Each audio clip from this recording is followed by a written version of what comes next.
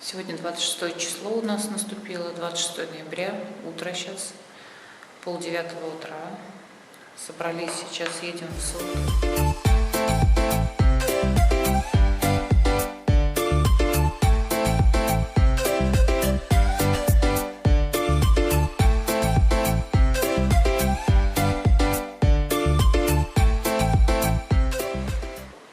Жду, пока Дэнни спустится. У Дэнни сегодня день рождения. Дэнни сегодня, кстати, еще исполнилось 16 лет. Так что эта дата у нас получается прям знаковая.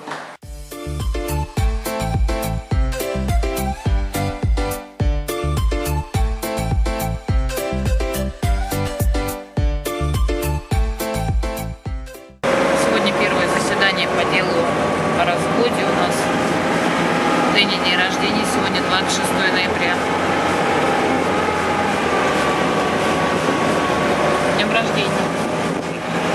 К сожалению, день рождения только раз в году.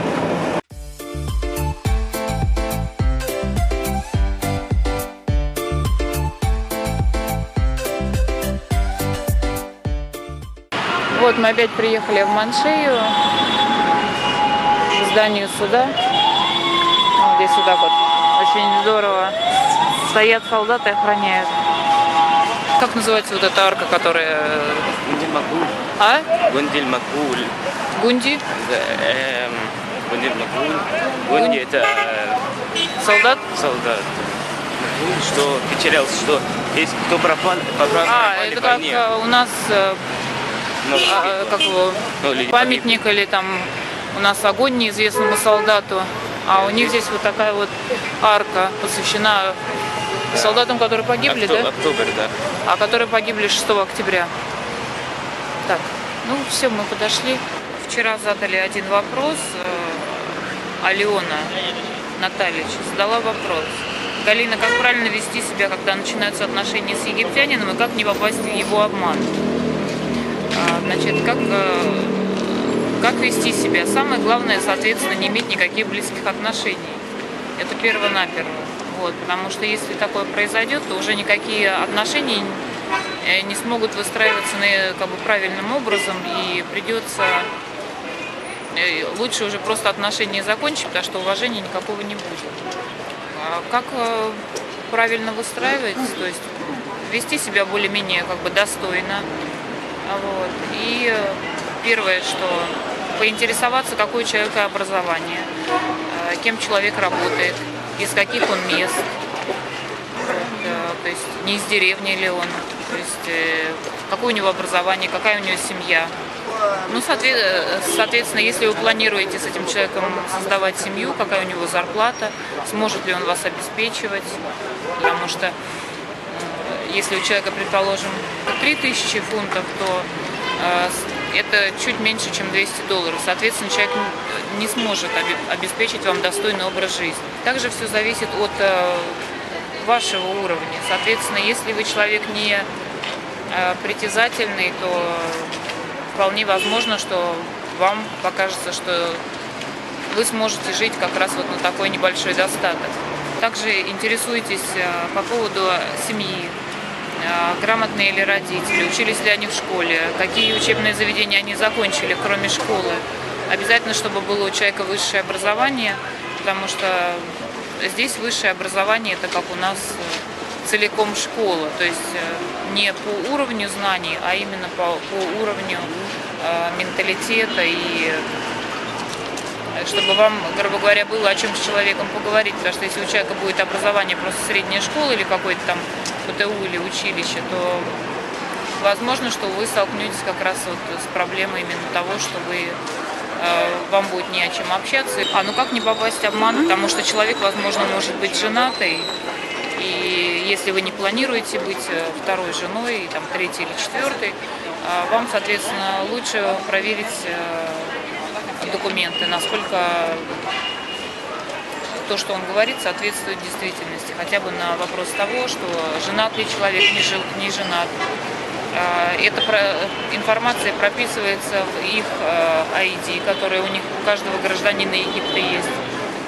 И также в ID в этом вы можете посмотреть, откуда, из каких мест он. Потому что если человек может вас обманывать, что он живет в Шарм-эль-Шейхе или в Хургаде, и он оттуда, а вы как раз вот по этому ID можете проверить его место его регистрации.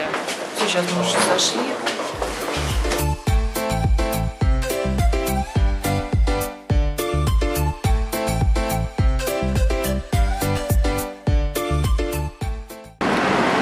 Все, но сейчас вот пол первого дня, и сейчас пол-первого дня, и вот мы вот только выбрались из суда, потому что мы были под номером 81, поэтому пришлось ждать, пока все пройдут. Приехали туда в 9 часов утра. 10, 11, 12, 3 часа там пробыли с лишним. Вот, когда вошли уже в само помещение, где проходит само заседание, давали 3 вопроса. На 3 вещи пришлось отвечать. То есть на 3 вопроса пришлось отвечать. Первое, они сказали, что скажите, что то есть нужно говорить только на арабском, потому что если не будешь говорить на арабском, и не будешь понимать, они, соответственно, скажут обязательно, что был переводчик. Поэтому первый вопрос нужно сказать, обещаю говорить правду и ничего кроме правды. Первое. Второе, это спрашивают, почему, или причину, почему не хотите, почему разводитесь. Ну и он спрашивает, спросил, почему, я просто сказала, мешает, да, то есть как бы больше не хочу жить. И все. А третий вопрос он задал, спросил, не хочешь больше возвращаться?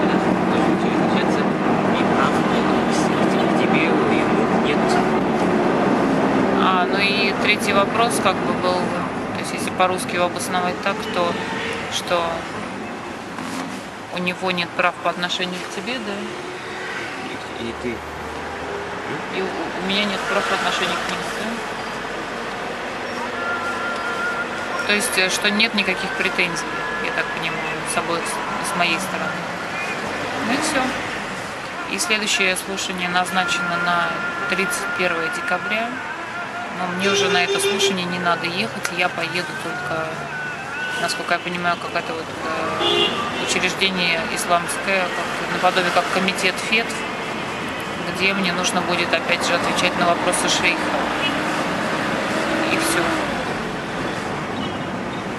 Значит, 31 декабря мне не надо будет ехать, и уже 31 декабря станет известна дата следующего слушания, которое нужно будет. Но это не нужно будет никуда ехать, это где-то здесь у нас, в нашем районе. Вот. Ну и также он обещал, что завтра он уже начнет работать на следующем кейсе, который по поводу Малик.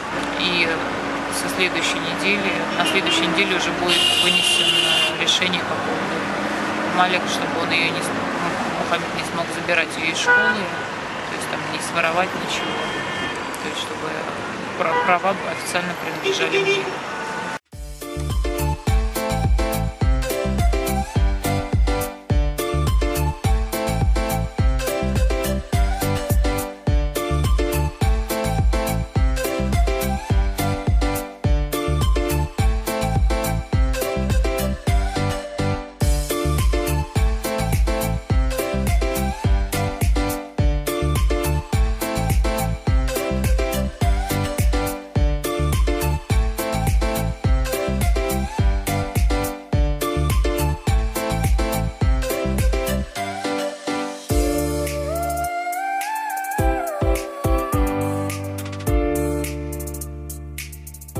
И, соответственно,